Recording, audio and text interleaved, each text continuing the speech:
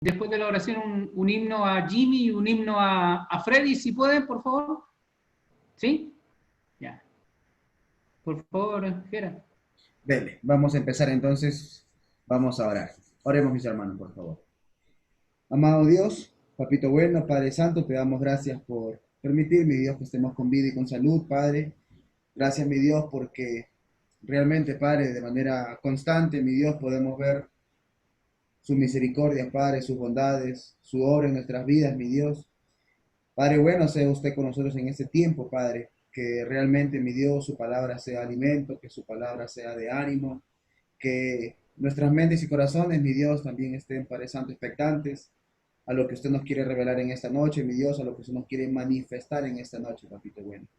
Sea usted, mi Dios, eh, utilizando ese instrumento, mi Dios, ponga palabras de fácil entendimiento en él, mi Dios bendito, para que realmente, Padre, al terminar ese tiempo, todos salgamos realmente alimentados por medio de su palabra, mi Dios. Gracias realmente, mi Dios, porque podemos constantemente, mi Dios, darnos cuenta de cuán misericordioso y cuán bondadoso es usted con cada uno de nosotros, papito bueno. Bendiga ese tiempo, bendiga esa noche, mi Dios, y que todo lo que hagamos sea realmente conforme a su santa y divina voluntad, papito bueno. Te agradecemos todo esto, Dios hermoso, en el santo nombre de Cristo Jesús. Amén. Amén. Amén. Vamos a cantar una alabanza para preparar nuestros espíritus y recibir el mensaje de esta noche. Con el cántico Tan cerca de mí. Tan cerca de mí, tan cerca de mí, que hasta lo puedo sentir. Jesús está aquí. Le hablaré sin miedo al oído, le contaré las cosas que hay en mí y que solo a Él le interesará. Cristo es más que un mito para mí, tan cerca de mí, que hasta lo puedo sentir. Jesús está aquí. Mírale paseándose a tu lado o caminando entre la multitud. Muchos ciegos son porque no lo ven, ciegos de ceguera espiritual. Tan cerca de mí, tan cerca de mí, que hasta lo puedo sentir. Jesús está aquí. Amén. Amén. Vamos a cantar a Jehová invocaré, ¿sí? A Jehová invocaré, Él es digno de loor, pues me salvará de los malos.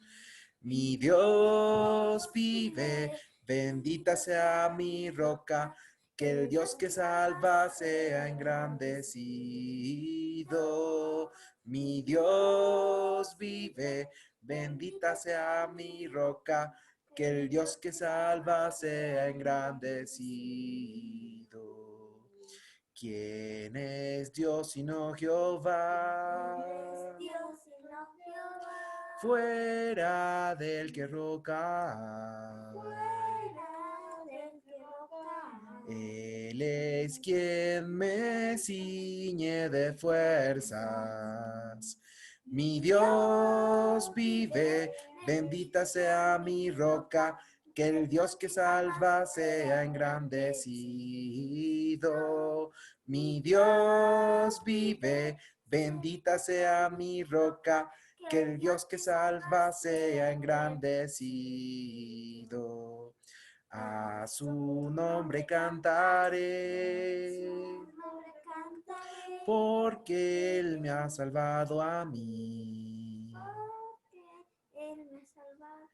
Le confesaré en las naciones.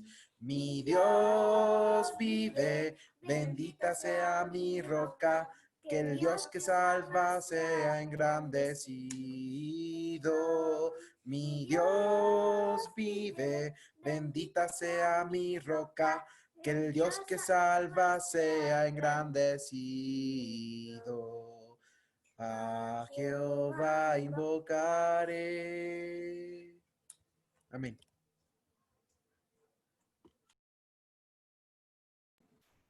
Bueno, gracias Gerardo, gracias Jimmy, Freddy. Bienvenidos a los que se vienen a unir a este momento de estudio. Hola Cami. Saludos por ahí. Voy a compartir pantalla. Denme un segundo.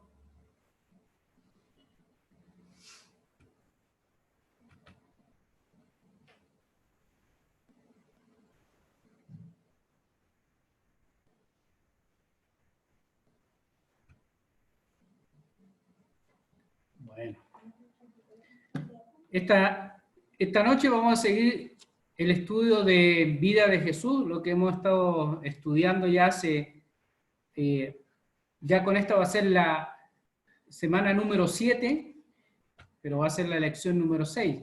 Tuvimos una introducción y de ahí hemos venido avanzando de a poco sobre la vida de Jesús. Y también recalcar que este estudio no es un estudio exhaustivo, porque eso nos llevaría bastante más tiempo del que nosotros tenemos planificado, pero vamos a ir aprendiendo ciertas cosas y después si de dar la clase hay algunas preguntas, siempre nos quedamos un rato más, siempre a poder conversar, a poder estudiar más si alguien quiere, siempre nos quedamos en este tiempo especial. Así que vamos a comenzar esta noche. ¿Ya? Y tocaría esta noche el ministerio de posterior en Galilea. Y se llama así porque ya hubo un ministerio en Galilea y Jesús, ese es el entorno donde se está moviendo a este momento. Después, más adelante, se va a mover hacia a Judea, a Perea, y después vamos a llegar al último cuando vuelve a Jerusalén y la última semana, su pasión y su resurrección. Pero hasta eso todavía nos queda más o menos en la mitad, así que todavía vamos a ver algunas cosas que está haciendo Jesús en Galilea, ¿ya? Y lo que está haciendo y cómo está impactando a la gente ahí. Y yo sé que ustedes pueden ir pensando en muchas cosas más, aplicaciones y demás cosas que está enseñando Jesús, pero si ustedes tienen alguna aplicación, ustedes tienen algo, déjenlo para el final, porque siempre es muy interesante cuando nos quedamos conversando otro ratito y salen muchas cosas, abrimos nuestra Biblia y vamos aprendiendo todos juntos. Entonces, hoy vamos a ver, y muy rápidamente, no quiero que se asusten con todos estos puntos que puse ahí, algunas cosas las vamos a ver muy rápidamente, otras cosas las vamos a ver más puntuales. Vamos a ver la muerte de Juan el Bautista, alimentación de los 5.000, cuando Jesús camina sobre el mar, mandamientos de hombres, varios milagros de Jesús, fariseo y saduceo exhiben señal del cielo, y la confesión de Pedro. Entonces vamos a ver todas esas cosas, pero le digo, este es un estudio no tan profundo, pero sí anotar algunos puntos importantes en cada una de estas cosas. Y vamos a comenzar por la muerte de Juan el Bautista. Todos se acuerdan que era Juan el Bautista, ¿no es cierto? Era el precursor, el que iba a venir con el espíritu de Elías, el que llamaba a la gente al arrepentimiento y que preparaba el camino del Señor, diciendo, arrepentido y bautícese, ¿ya? Él venía preparando el camino del Señor. ¿Y qué le pasó a este Juan? Su predicación era bienvenida, por decirlo así, entre Herodes, el que gobernaba ese sector donde estaba Juan el Bautista. No era muy bienvenido. Porque le decía que a algunas cosas a este rey, ¿ya?, que no le gustaban. Entonces, Entonces comenzamos con esto, la muerte de Juan el Bautista, y vamos a comenzar, voy a repetir, vamos a comenzar aquí este estudio viendo todos estos puntos y comenzamos con la muerte de Juan el Bautista. Juan el Bautista no era famoso por su predicación. ¿A qué me refiero? Que no era muy popular con el rey Herodes. Este rey Herodes era hijo de Herodes el Grande. Herodes el Grande era el rey cuando nació Jesús. Así que este es hijo de Herodes el Grande. Y para decir unas par de cosas de estas familias, lo que podemos decir que esta familia era, siempre se destacaba por escándalos o por algunas otras cosas que no eran muy buenas. O sea, no era una familia muy limpia, no era una familia que se libraba de tener sangre en sus manos y de escándalos matrimoniales y otras cosas. Todo lo que podemos imaginar lo tenía esta familia de los Herodes. Entonces llegamos aquí y dice, y tenemos ahí en Mateo 14, 1 dice, en aquel tiempo Herodes el tetrarca oyó la fama de Jesús y dijo a sus criados, este es Juan el Bautista, ha resucitado a los muertos y por eso actúa en él estos poderes. Porque Herodes había prendido a Juan y le había encadenado y metido en la cárcel por causa de Herodías, mujer de Felipe, su hermano, porque Juan le decía, no te es lícito tenerla. Y Herodes quería matarle, pero temía al pueblo porque tenían a Juan por profeta. Pero cuando se celebraba el cumpleaños de Herodes, la hija de Herodías danzó en medio y agradó a Herodes, por lo cual éste le prometió con juramento darle todo lo que pidiese. Ella, instruida primero por su madre, dijo, dame aquí en un plato la cabeza de Juan el Bautista. Entonces el rey se entristeció, pero a causa del juramento y de los que estaban con él a la mesa, mandó que se la diesen y ordenó decapitar a Juan en la cárcel. Y fue traída su cabeza en un plato y dada a la muchacha, y ella la presentó a su madre. Entonces llegaron sus discípulos y tomaron el cuerpo y le enterraron y fueron y dieron las nuevas a Jesús. Entonces tenemos a Juan el Bautista ya muerto por las intrigas de Herodías y su hija y todo lo que ellos presentaron. Ahora, si yo les pregunto, ¿apareció ahí el nombre o si buscamos en Marcos o en Lucas, apareció el nombre de la hija de Herodías? Esta chica que comenzó a bailar y le pidió esto a Herodes, la cabeza de Juan. Realmente no sale el nombre, pero todos sabemos, han visto la película que se llama Salomé. ¿Ya? ¿Cómo se llama la hija de Herodías? El texto no lo dice. El Nuevo Testamento no lo dice, pero en textos extrabíblicos, el historiador Josefo la identifica con el nombre de Salomé. Así que cuando decimos, Salomé bailó para que mataran a Juan el Bautista, no lo vamos a encontrar en el Nuevo Testamento, sino en un historiador llamado Flavio Josefo. Eso es ahí. Y bueno, mataron a Juan el Bautista. Muy bueno el proverbio que dice, el prudente ve el peligro y se aparta. Y eso es lo que vamos a ver a continuación. Vamos a ver a continuación que le dan la noticia a Jesús de que Juan el Bautista ha muerto. Ahí seguimos en Mateo 14:13, dice, oyéndolo Jesús se apartó de allí en una barca a un lugar desierto y apartado, y cuando la gente lo oyó, le seguía a pie desde las ciudades. Ahora tenemos, miren, Jesús oyó esto y se apartó. Después, los relatos paralelos en Marcos y Lucas nos indican que sus discípulos habían ido a predicar y volvían, pero estaban cansados, entonces se retiró con ellos y se apartó con ellos a un lugar desierto. Pero lo observaron sus seguidores y le siguieron. Entonces se retiraron a Jesús a descansar y a salir de donde estaban todas esas cosas, se retiraron a otra parte. Y estos pasajes se complementan. Llegaron sus discípulos, Jesús también se retira y se van.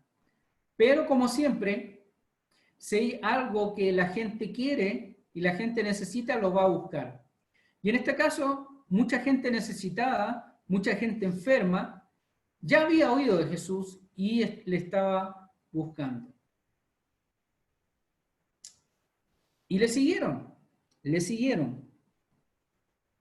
Muchos le vieron irse y le siguieron a pie desde las ciudades. La fama de Jesús iba subiendo, iba haciéndose conocida. ¿Ya? Imagínate, estas personas habían recorrido primero, habían dejado sus ciudades para seguir a Jesús y estaban cansados y esperaban recibir algo que les diera Jesús. Algunos tal vez enseñanza, otros sanidades. ¿Ya? Jesús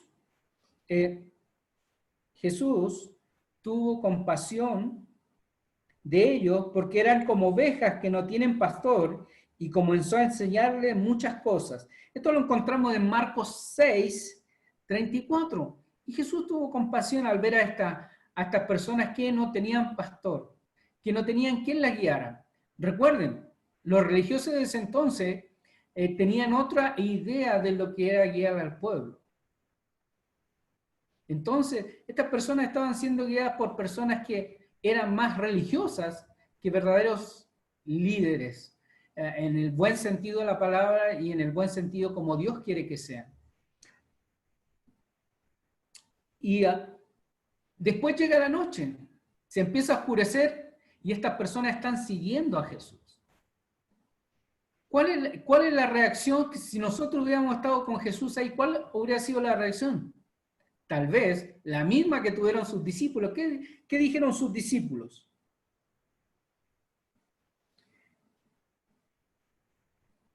Dice, versículo 15, Mateo 14, 15. Cuando anochecía, se acercaron a él sus discípulos, diciendo, el lugar es desierto y la hora ya pasada. Despide a la multitud para que vayan por las aldeas y compren de comer. Lógico.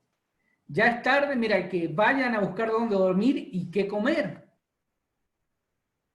Y es lo que tal vez hubiéramos preguntado nosotros, ya es tarde, ya está anocheciéndose, despide a esta gente para que vaya a ver dónde dormir y dónde comer. Pero ¿qué les dice Jesús? Jesús les dice, dadle vosotros de comer. Versículo 16, Jesús les dijo, no tienen necesidad de irse, dadle vosotros de comer. Entonces, ahora, ¿cuál es la reacción humana? ¿Cuál es la reacción de sus discípulos? Le dijeron, mira, ya despídelo. ¿Qué habríamos dicho nosotros también? A lo mejor ya despídelo para que ellos se arreglen y ya si a lo mejor quieran volver mañana. Pero ahora le estoy diciendo a Jesús, dale de comer.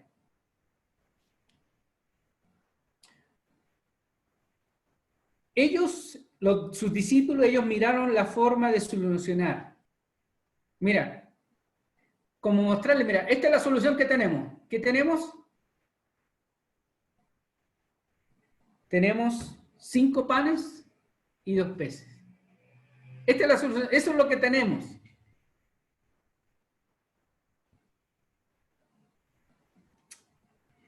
En Lucas 9:12 nos dice que pensaron ir a comprar más alimentos.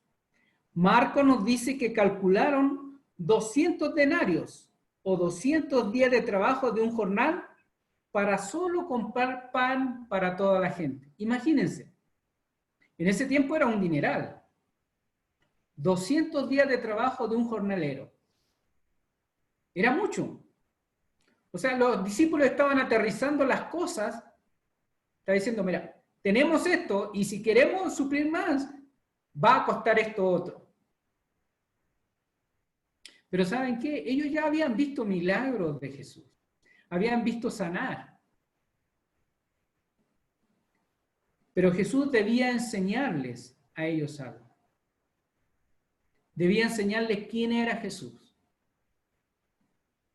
A veces Dios nos puede sorprender a enseñarnos cosas en esta vida que a veces nosotros decimos que eso es imposible. Yo sé que cada uno de ustedes puede ver alguna situación en su vida en que dijeron y pensaron las cosas a lo mejor fríamente y la pensaron en cálculo, no, esto va a ser esto acá, pero tomaron en cuenta a Dios. Tal vez no. A mí me ha pasado, y yo creo que a todos nos ha pasado en algún momento. Pero aquí Jesús quería enseñarle algo a sus discípulos. Ellos ya habían visto los milagros de Jesús. ¿Acaso no le era imposible alimentar a estas personas? Claro que no. Bueno, nosotros vemos ahora la historia desde este otro ángulo, desde años después. Pero para ellos tal vez fue algo imposible. Pero para Dios no hay nada imposible. Esta era la lección de fe que debían aprender sus seguidores. ¿Qué leemos en Mateo 14, 20, 21? Mateo 14, 20, 21 nos dice, y comieron todos y se saciaron y recogieron lo que sobró de los pedazos, 12 cestas llenas. Y los que comieron fueron como 5,000 hombres, sin contar mujeres y niños. Sobraron 12 cestas llenas. Fueron como 5,000 los que comieron. No se contaron mujeres ni niños. Imagínense cuánta gente había. Y esto me hace volver la atención, ¿se acuerdan en el Antiguo Testamento? ¿Cómo los alimentó Dios al pueblo de Israel cuando estaban en el desierto? Lo alimentó con maná y con codornices. El maná tenían que recogerlo para un solo día, porque si guardaban más se le echaba a perder. Y Dios les quería enseñar que Dios iba a proveer para el siguiente día. Así mira, Dios ahora, Jesús, proveyó para la necesidad de todas estas personas. Un gran milagro. Sus discípulos no se imaginaron que iba a pasar esto. Pero Dios puede hacer muchas cosas a veces cuando no pensamos que Él las puede hacer. Por eso tenemos que confiar en Dios. Dios siempre nos puede sorprender para bien, para aumentar nuestra fe, para que nosotros crezcamos la confianza en Él. Ahora, después de hacer estos milagros y recoger todas estas cestas de comida, alimentar a los 5,000 y a hombres, y a mujeres y niños, Jesús le dice que se retire con sus discípulos. Se retira con sus discípulos 14:22. Y enseguida Jesús hizo a sus discípulos entrar en la barca e ir delante de él a la otra ribera, entre tanto que él despedía a la multitud. Versículo 23. Despedida la multitud, subió al monte a orar aparte, y cuando llegó la noche estaba allí solo. Y ya la barca estaba en medio del mar, azotada por las olas, porque el viento era contrario. Mas a la cuarta vigilia de la noche Jesús vino a ellos andando sobre el mar. Y los discípulos, viéndolo andar sobre el mar, se turbaron, diciendo, ¡un fantasma! Y dieron voces de miedo. Aquí, famoso, Jesús camina sobre el mar. Ya les manda a sus discípulos, vayan a la otra ribera, yo voy a despedir a esta multitud, ustedes adelántense.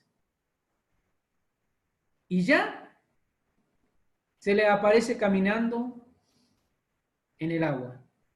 ¿Cómo hubieran reaccionado ustedes?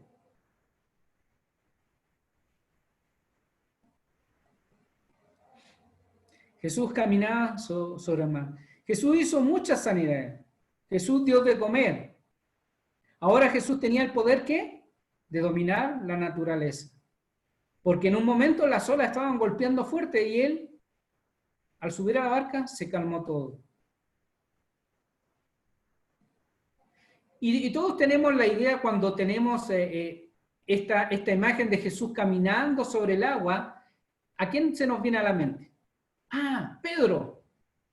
Este impetuoso Pedro que dijo, déjame ir a ti, Jesús. Y fue. ¿Y qué le pasó?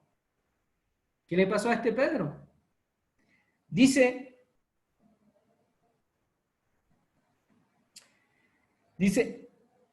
versículo 28, 14, 28. Entonces le respondió Pedro y dijo, Señor, si eres tú, manda que yo vaya a ti sobre las aguas. Y él dijo, ven. Y descendió Pedro de la barca, andaba sobre las aguas para ir a Jesús.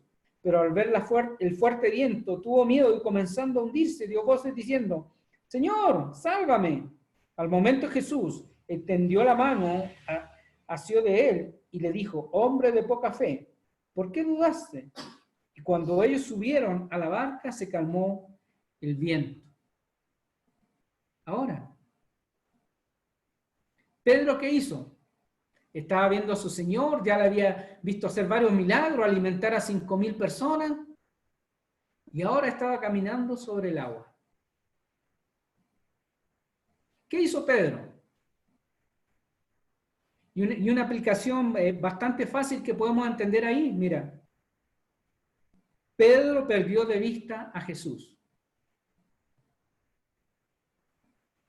Hebreos 12:2 nos dice, puesto los ojos en Jesús, el autor y consumador de la fe. Y a veces nos pasa como Pedro, y no somos muy diferentes. Eso nos decía, mira, cuando perdemos la vista de Jesús, cuando olvidamos quién es Jesús y lo que ha hecho por nosotros, tal vez nuestra fe nos haga, ¿qué? Nos haga hundirnos, nos haga pedir más ayuda. Pero no olvidar mantener la fe y poner los ojos en Jesús. Y tal vez si miramos alrededor nuestro y veamos todas las cosas que pasan, perdamos de vista a Jesús y perdamos la fe. ¿Acaso no le ha pasado a usted cuando miran, por ejemplo, en este tiempo, cuando miran alrededor, gente está perdiendo su empleo, gente está asustada por esta pandemia y por muchas otras cosas más que nos desvían la mirada de Jesús y lo que Él hace en nuestra vida y lo que ha hecho, y lo perdemos de vista y perdemos nuestra fe?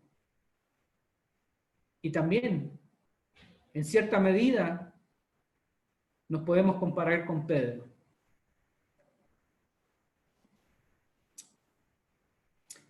Bueno, ahí está la figura.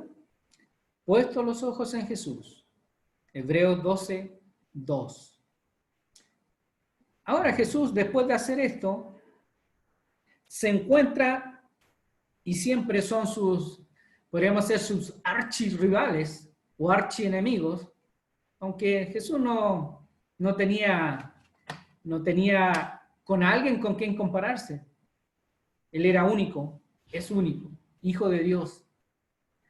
Tenemos estos fariseos y saduceos. Nosotros lo leemos así fácil en el capítulo 15, Mateo 15:1 dice, entonces se acercaron a Jesús ciertos escribas y fariseos de Jerusalén diciendo, ¿por qué tus discípulos quebrantan la tradición de los ancianos? ¿Por qué no se lavan las manos cuando comen pan? ¿Hay algo malo en lavarse las manos? No, es bueno, al contrario. Yo diría, es recomendable. La pregunta de los escribas y fariseos, ¿por qué tus discípulos quebrantan la tradición de los ancianos? ¿Por qué no se lavan las manos cuando comen pan? ¿Qué es lo que era esto de la tradición de los ancianos? La tradición de los ancianos era una tradición que ellos tenían y que respetaban a la misma altura de las Sagradas Escrituras. Hombres que en el pasado fueron intérpretes de la ley y a las cuales ellos respetaban. Tenía una tradición oral, más comentarios de estas personas que ellos igualaban al mismo nivel de las escrituras. Estos escritos más tarde, en el siglo III, fueron compilados y algunos han escuchado el nombre del Talmud o la Mishnah, y tiene una serie de libros que ellos toman también como autoritativos para su vida. Entonces, esa era la tradición de los ancianos. Ellos estaban quebrantando algo, una tradición que era sagrado, para ellos era lo mismo casi, o lo mismo que la Sagrada Escritura. Entonces, ¿qué es lo que les dice Jesús? Ellos habían invalidado, y vamos, versículo 3. Respondiendo él, les dijo, porque también vosotros quebrantáis el mandamiento de Dios por vuestra tradición. Porque Dios mandó diciendo, honra a tu padre y a tu madre, y el que maldiga al padre o la madre muere irremisiblemente. Pero vosotros decís, cualquier que diga a su padre o a su madre es mi ofrenda a Dios, todo aquello que pudiera ayudarte, ya no ha de honrar a su padre o a su madre. Así habéis invalidado el mandamiento de Dios por vuestra tradición. Hipócritas, bien profetizó de vosotros Isaías cuando dijo, este pueblo de labios me honra, mas su corazón está lejos de mí. Pues en vano me honran enseñando como doctrinas mandamientos de hombres. Y eso es lo que le está diciendo Jesús. Mira, ustedes están enseñando mandamientos de hombres. Ustedes están enseñando algo que no está bien. Eso no es palabra de Dios. La tradición de los ancianos no era la palabra de Dios, no era mandamiento de Dios, no era enseñanza de Dios. Ya vamos a ver un poquito más adelante. Si ustedes, vamos a buscar Colosenses 2:18, Colosenses 2:18, que nos dice lo siguiente. Colosenses 2:18 nos dice, nadie os prive de vuestro premio afectando humildad y culto a los ángeles, entremeciendo lo que no ha visto, vanamente hinchado por su propia mente carnal, no haciendo de la cabeza en virtud de quien todo el cuerpo, nutriéndose y uniéndose por las coyunturas y lamentos crece con el crecimiento que da Dios. Nadie podía poner algo extra. Nadie podía poner algo que no estuviera ya, que Dios había puesto. Ellos tenían que cuidarse de esta filosofía. También los cristianos tenían que cuidarse de filosofía y tanta enseñanza que pueden tener cierta reputación y cierta cosa que sea buena, pero no según el mandamiento ni lo que quería Dios. Ahora, la pregunta es,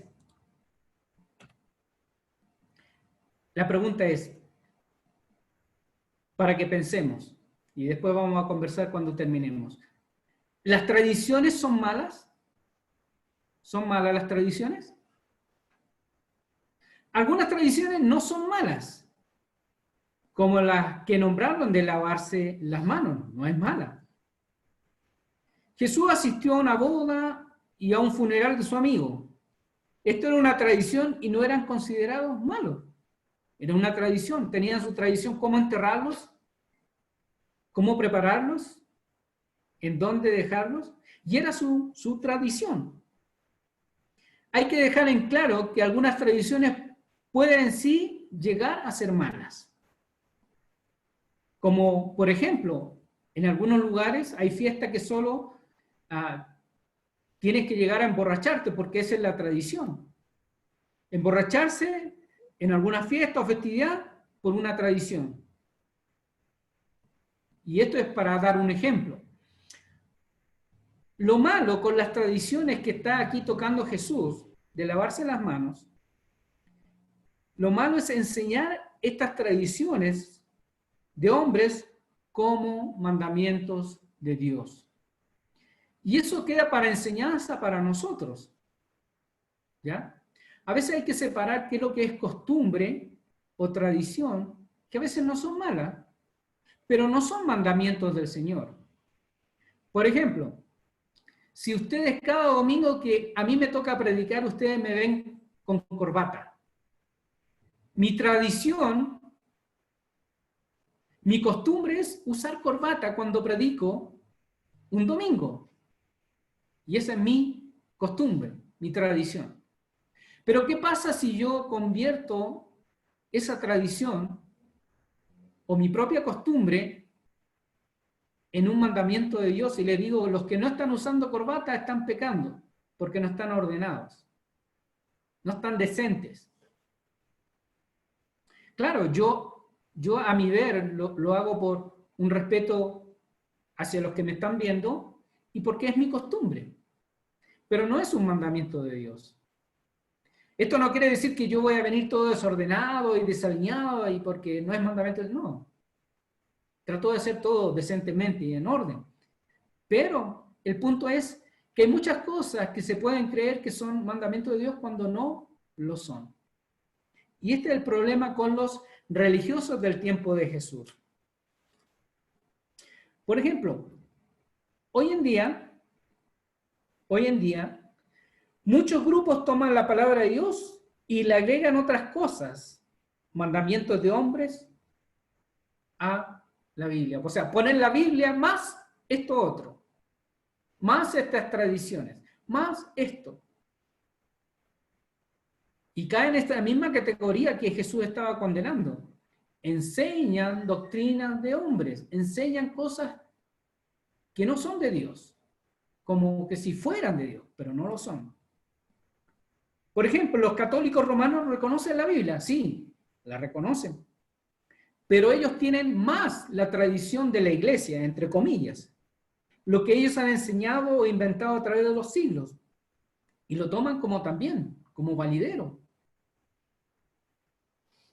También tenemos a los mormones que reconocen la Biblia más el libro de Mormón. Los adventistas que reconocen la Biblia, pero aparte tienen el libro de la profeta o profetisa que ellos tenían, Elena de White. Y así podemos nombrar, siguiendo el hilo, de muchas personas que sí toman la Biblia, pero tienen, no, pero yo agrego esto más a la Biblia. Y a veces son mandamientos de hombres, cosas inventadas, ¿ya?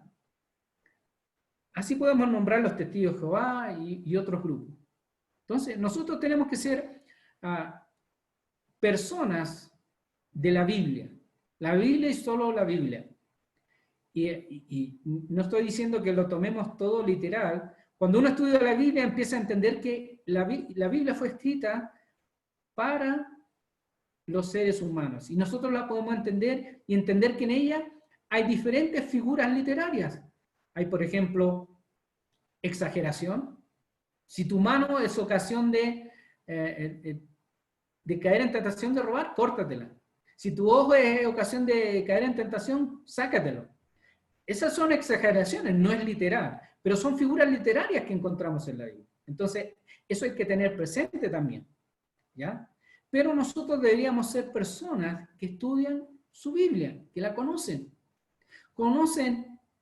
las figuras literarias, conocen qué se expresa, qué quiso decir. Y es muy bonito estudiarla, porque uno así no cae en la ignorancia y no cae en lo que otros le digan. Nosotros, al empezar había un logo que yo puse ahí, y recordando a los de Berea, en Hechos 17,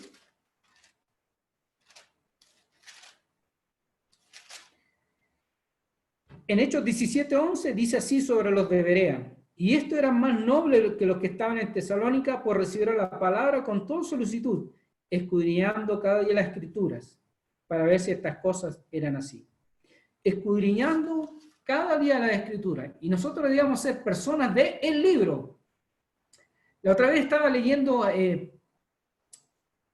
una historia y decían que un amigo fue a visitar a un escritor muy famoso ¿ya? Un escritor secular muy famoso, ya estando muy enfermo, y él le dijo al amigo cuando lo fue a decir, pásame el libro. Y él tenía una inmensa biblioteca ahí. ¿Pero cuál libro si tienes un montón de libros? No, solo hay un libro. Y él se refería a que le pasara su Biblia. Me pareció interesante.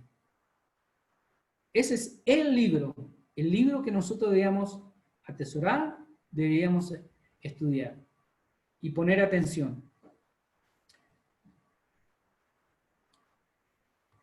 Después, que Jesús tiene este pasaje con estos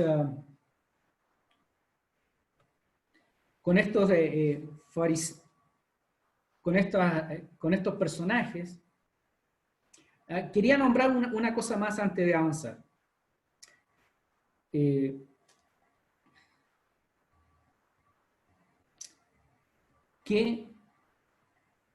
recalcar un poco y repasar. Hay tradiciones que no son malas, pero hay tradiciones que sí son malas. Entonces, nosotros debemos tener en cuenta eso. Hay muchas cosas que podemos hacer tradición, pero son cosas que no son malas, no afectan la doctrina ni el mandamiento de Dios. Ahora, vamos a pasar al capítulo 16. ¿Ya?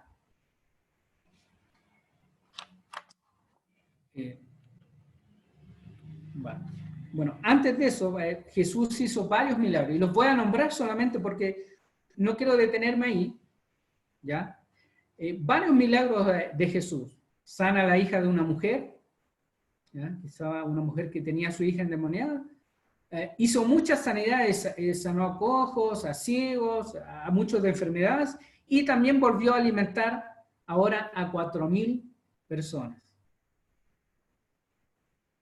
¿Qué estaba demostrando Jesús con todo esto? ¿Qué quería demostrar? Que Jesús era quien decía que era.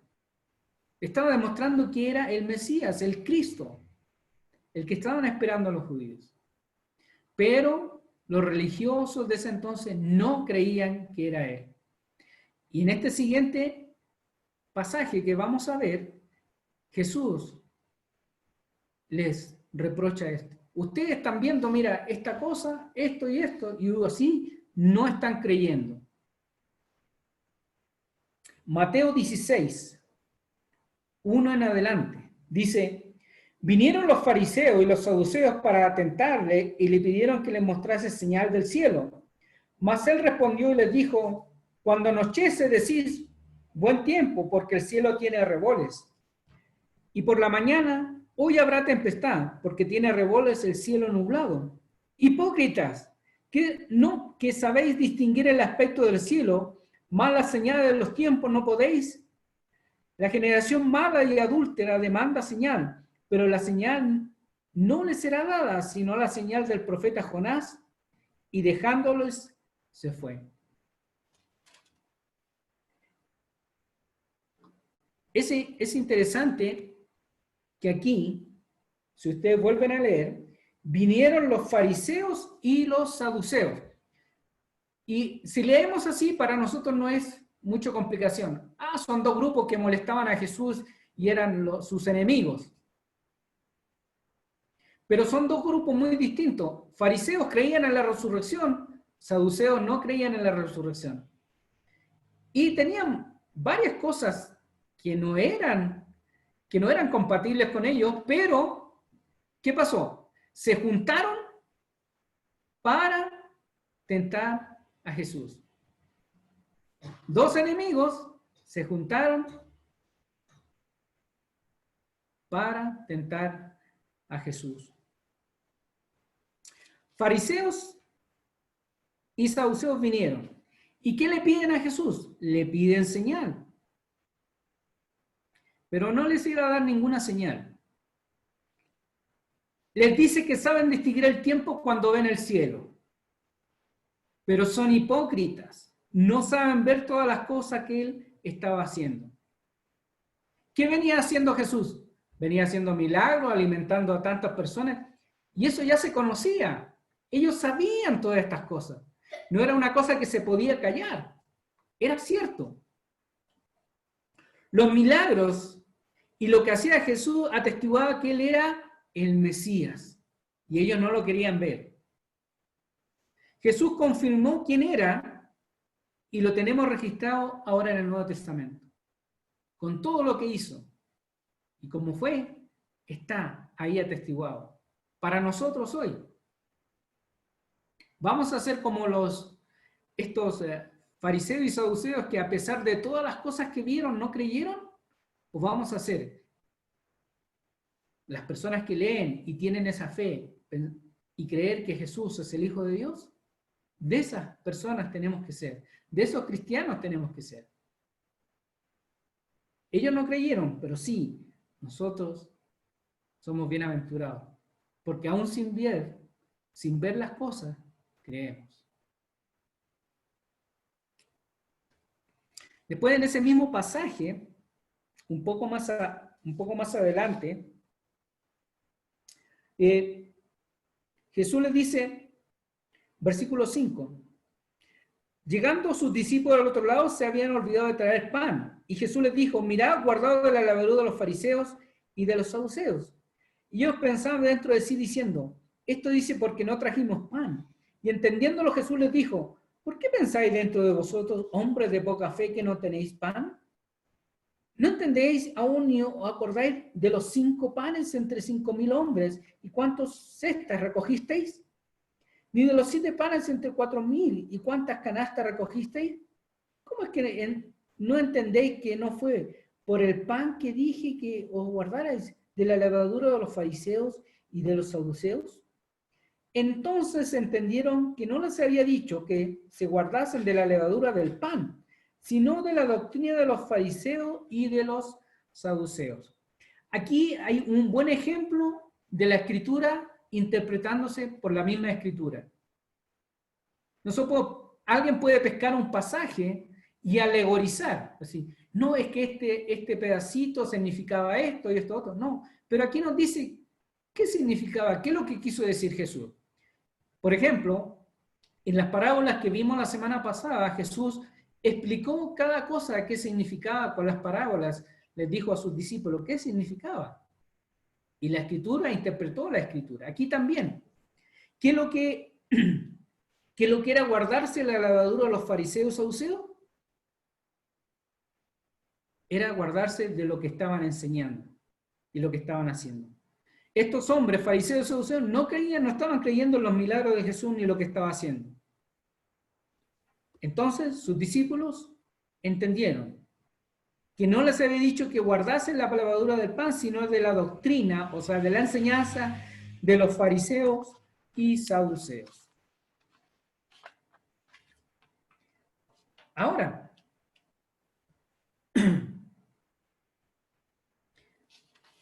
llegamos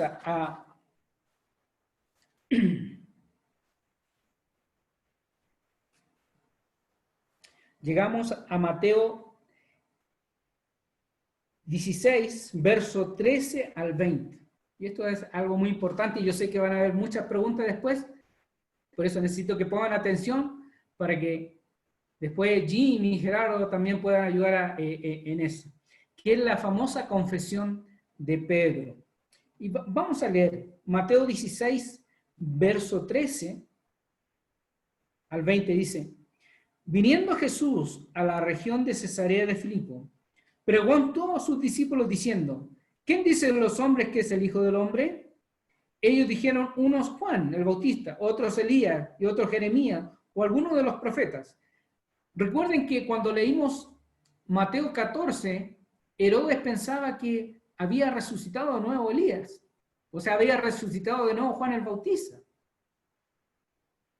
Entonces, algunos estaban teniendo esa percepción de Jesús, que era alguno de los profetas, que había resucitado Juan el Bautista. Versículo 15, y él les dijo, ¿y vosotros quién decís que soy yo? Respondiendo Simón Pedro dijo, tú eres el Cristo, el Hijo del Dios viviente. Entonces le respondió Jesús, bienaventurado eres, Simón, hijo de Jonás, porque no te lo reveló carne ni sangre, sino mi Padre que está en los cielos. Y yo también te digo que tú eres Pedro, y sobre esta roca edificaré mi iglesia, y las puertas del Hades no prevalecerán contra ella. A ti te daré las llaves del reino de los cielos, y todo lo que atares en la tierra será atado en los cielos, y todo lo que desatares en la tierra será desatado en los cielos. Entonces mandó a sus discípulos que a nadie dijesen que él era Jesús el Cristo. Ahora tenemos la confesión de Pedro. Jesús estaba preguntando algo. Y todo partió con la pregunta, ¿quiénes dicen los hombres que es el Hijo del Hombre? Refiriéndose a Jesús. Algunos dicen es Juan del Bautista, otros Jeremías, Elías o alguno de los profetas. Y ahora Jesús le hace la segunda pregunta. ¿Vosotros quién decís que soy yo? Y salta Pedro, como siempre, el primero. Tú eres el Cristo, el Hijo del Dios viviente. Versículo 16. Lo que respondió Jesús a la afirmación de Pedro es de cuidado para nosotros para estudiar. La respuesta que dio Pedro, dice Jesús que se la reveló Dios. Tú eres Pedro, versículo 18, tú eres Pedro y sobre esta roca edificaré mi iglesia. ¿Qué significa? Y hemos escuchado las interpretaciones que da generalmente la Iglesia Católica Romana. Creen que esta afirmación es para poner a Pedro sobre toda la iglesia, como sumo pontífice de toda la iglesia. Bueno, primero hay que notar unas cosas. Aquí, si ustedes notan, dice, versículo 18, que tú eres Pedro y sobre esta roca. Pedro y roca no son la misma palabra, no se está refiriendo porque son dos cosas distintas, ¿ya? Y quiero que aquí me pongan atención. Primero, hay una distinción de palabras que en el original se distinguen muy bien, que son Pedro y roca. Pedro es la palabra Petros, que significa una piedrecita, algo suelto que se puede arrojar o mover. Esa es la palabra Petros, la palabra Pedro. Después tenemos la palabra roca, que significa peña, piedra, una roca que no se puede mover, o sea, una cosa muy grande que no se puede mover. Entonces Jesús está diciendo, tú eres Pedro, ya como le había puesto, Simón Pedro, tú eres una piedrecita, pero sobre esta roca edificaré mi iglesia. No está diciendo tú eres Pedro y tú eres la roca y voy a edificar la iglesia sobre ti, no. ¿Ya? Aquí no se puede interpretar como si fuera edificar sobre Pedro. No dice sobre este Pedro, sino sobre esta roca. Sobre esta roca edificaré mi iglesia. Ahora, ¿quién es la roca? Por el lenguaje ya se vio que son dos palabras distintas que no pueden ser. Que no puede ser Pedro, esa roca. ¿Ya? El contexto inmediato o los versos anteriores que viene hablando es sobre la pregunta. Y ahí está la clave. La pregunta que hizo Jesús, esa es la clave. Recuerden la pregunta, ¿quién es Jesús? Jesús es el Cristo, el Hijo del Dios viviente. Es sobre esa verdad que proclamó Pedro que se iba a construir la iglesia. No sobre alguien humano, sino sobre el Hijo de Dios.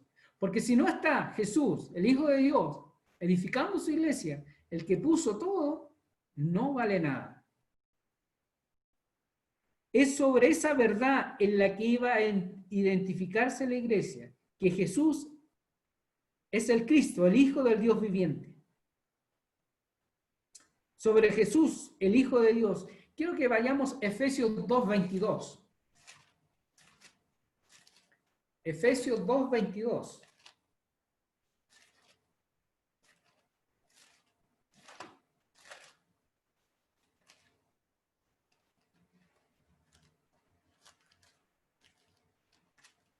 Efesios 2:22 nos dice, Efesios 2:20, dice, edificaos sobre el fundamento de los apóstoles. Efesios 2:20, edificaos sobre el fundamento de los apóstoles y profetas, siendo la principal piedra del ángulo Jesucristo mismo. Mira, donde parte todo es con el Señor Jesús. La iglesia empezó a edificarse desde ahí. Sin Jesús no hay iglesia. Si Jesús no empezó la iglesia, no es la iglesia. Vamos a revisar otro pasaje. 1 Corintios 3:11.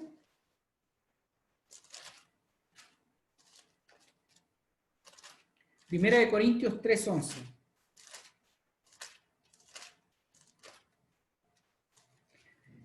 Nos dice así, porque nadie puede poner otro fundamento que el que está puesto, el cual es Jesucristo. Y todos los que vienen después sobreedifican. Cristo es el fundamento donde está cimentado todo. Sobre la verdad que Jesús es el Cristo, el Hijo del Dios viviente. Sobre esa verdad, sobre esa roca firme, se edifica la iglesia. ¿Ya?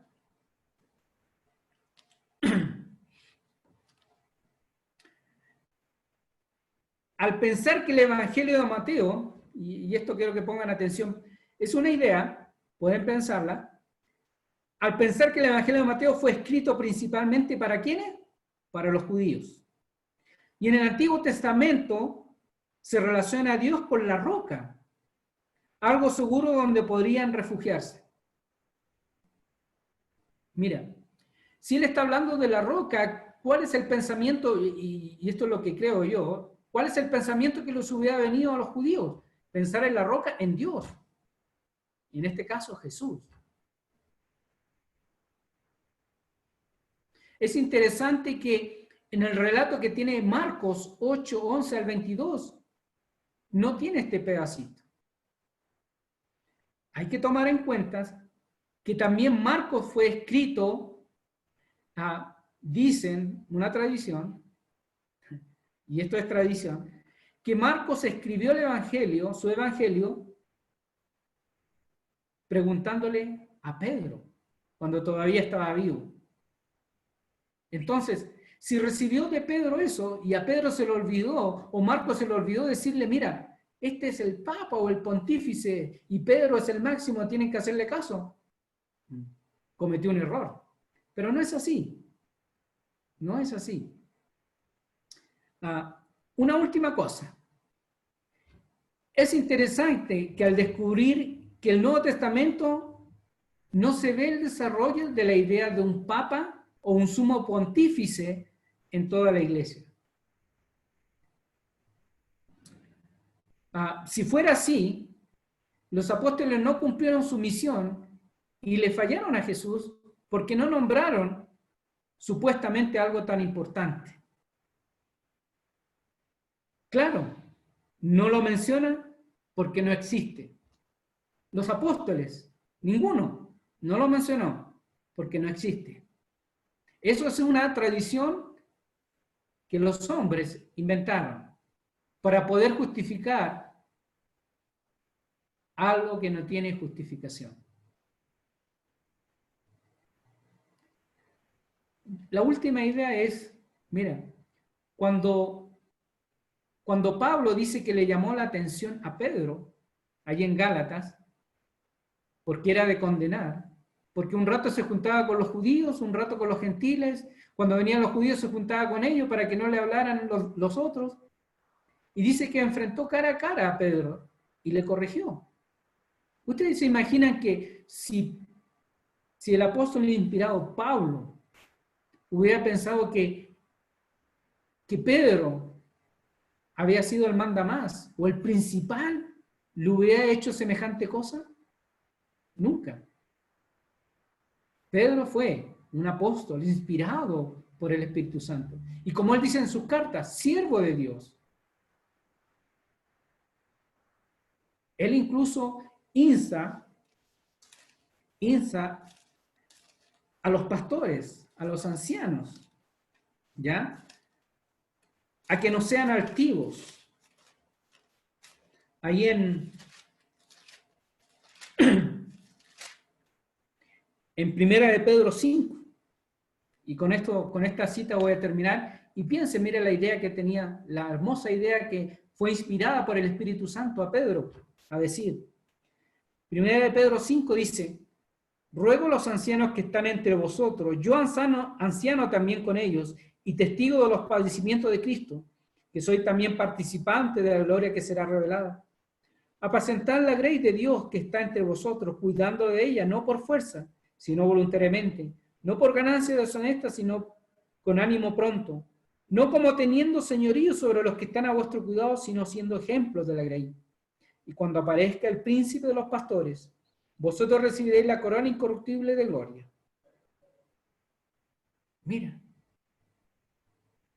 Mira, yo anciano con ellos, les recomiendo esto. No hay ninguna cosa como un papa o un sumo pontífice. Es una invención que vino muchos siglos después. La iglesia, la verdadera iglesia, siempre tuvo hermanos que se reunían, como nos reunimos nosotros, cada primer día de la semana, a hacer la memoria del sacrificio de Cristo, celebrar la cena, a cantar, a orar, a escuchar la palabra de Dios y a exhortarnos mutuamente. Hermanos, gracias por su atención. Le agradezco por haberme prestado la atención. Yo sé que fue un poco más largo de lo habitual, pero necesitaba abarcar algunos puntos importantes en este periodo de Jesús, ¿ya? Y espero que algunas cosas hayan anotado, algunas cosas podamos aprender juntos y podemos comentar ya una vez que terminemos esta clase. Que Dios le bendiga. Gracias por su atención.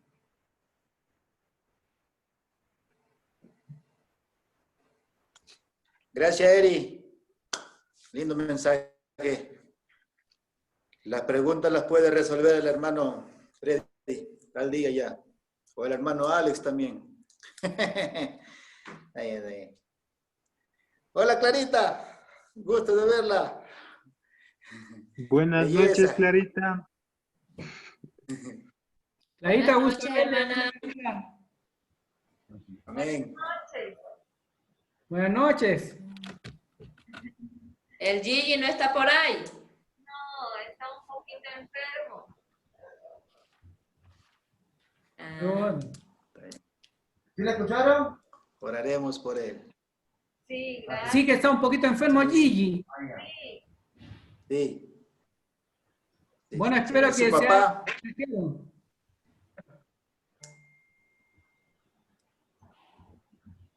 Ajá.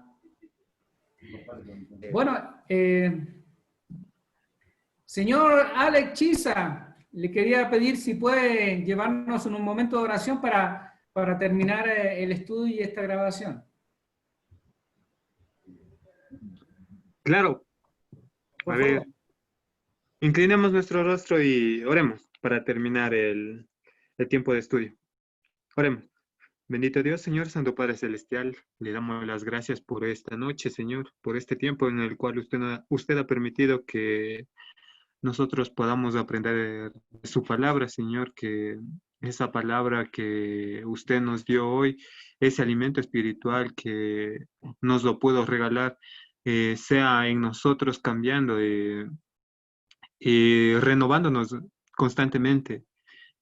Señor, pidiéndole por todo y cada uno de los hermanos que disponieron de su tiempo para poder ser partícipes de esta reunión virtual, Señor. Sea usted bendiciéndoles en cada uno de sus hogares, agradeciéndole por este tiempo y esperando que en cada uno de nosotros se haya quedado esa palabra viva que usted siempre profesa. Encomendándole, Señor, todo esto se lo pedimos en nombre santo de Jesucristo. Amén.